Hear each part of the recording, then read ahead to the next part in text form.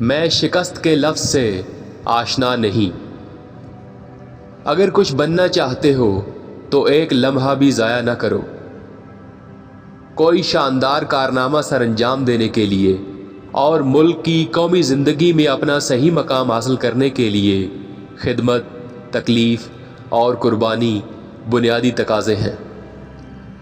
ہمیں نا امید، مایوس اور پست نہیں ہونا چاہیے۔ جمہوریت کے لیے مساوات اور اخوت کی ضرورت ہوتی ہے۔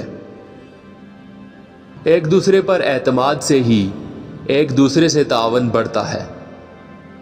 علم تلوار سے بھی زیادہ طاقتور ہے، اس لیے علم کو اپنے ملک میں بڑھائیں، ایسے کوئی آپ کو شکست نہیں دے سکتا۔ اس سے بہتر اور کوئی ذریعہ نجات نہیں ہو سکتا کہ صداقت کی خاطر شہید کی موت مر جائیں۔ مسلمان اللہ تعالیٰ کے سوا کسی دوسرے پر تکیہ نہیں کرتا اور اپنے حقوق کی خود حفاظت کرنا اچھی طرح جانتا ہے۔ حکومت کا پہلا فریضہ امن و امان برقرار رکھنا ہے تاکہ مملکت کی جانب سے عوام کو ان کی زندگی اور مذہبی اعتقادات کے تحفظ کی پوری ضمانت حاصل ہو۔ اخلاقی قوت، دلیری، محنت اور استقلال چار ایسے ستون ہیں جن پر انسان کی عملی زندگی کی پوری عمارت تعمیر کی جا سکتی ہے۔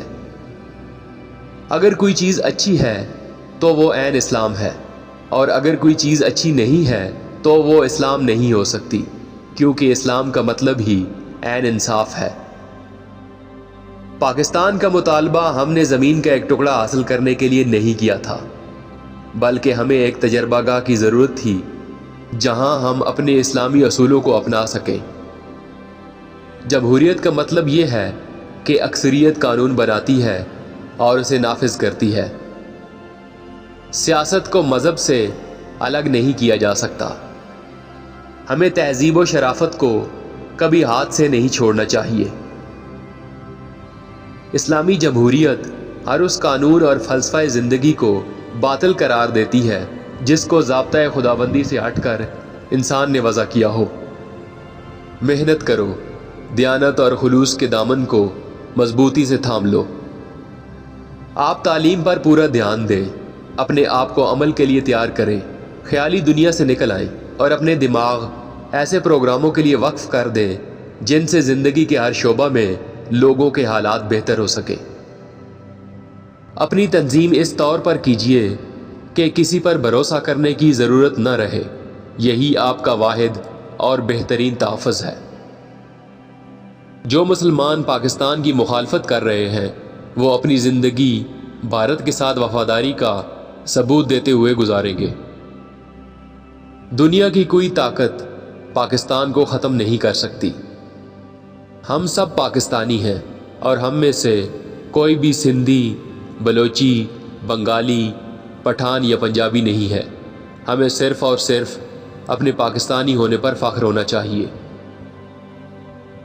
انصاف اور مساوات میرے رہنما اصول ہیں اور مجھے یقین ہے کہ آپ کی حمایت اور تعاون سے ان اصولوں پر عمل پیرا ہو کر ہم پاکستان کو دنیا کی سب سے عظیم قوم بنا سکتے ہیں۔ دنیا کی کوئی قوم اس وقت تک ترقی نہیں کر سکتی جب تک اس کی خواتین مردوں کے شانہ بشانہ معاشرے کی تعمیر و ترقی میں حصہ نہ لیں۔ عورتوں کو گھر کی چار دیواری میں بند کرنے والے انسانیت کے مجرم ہیں۔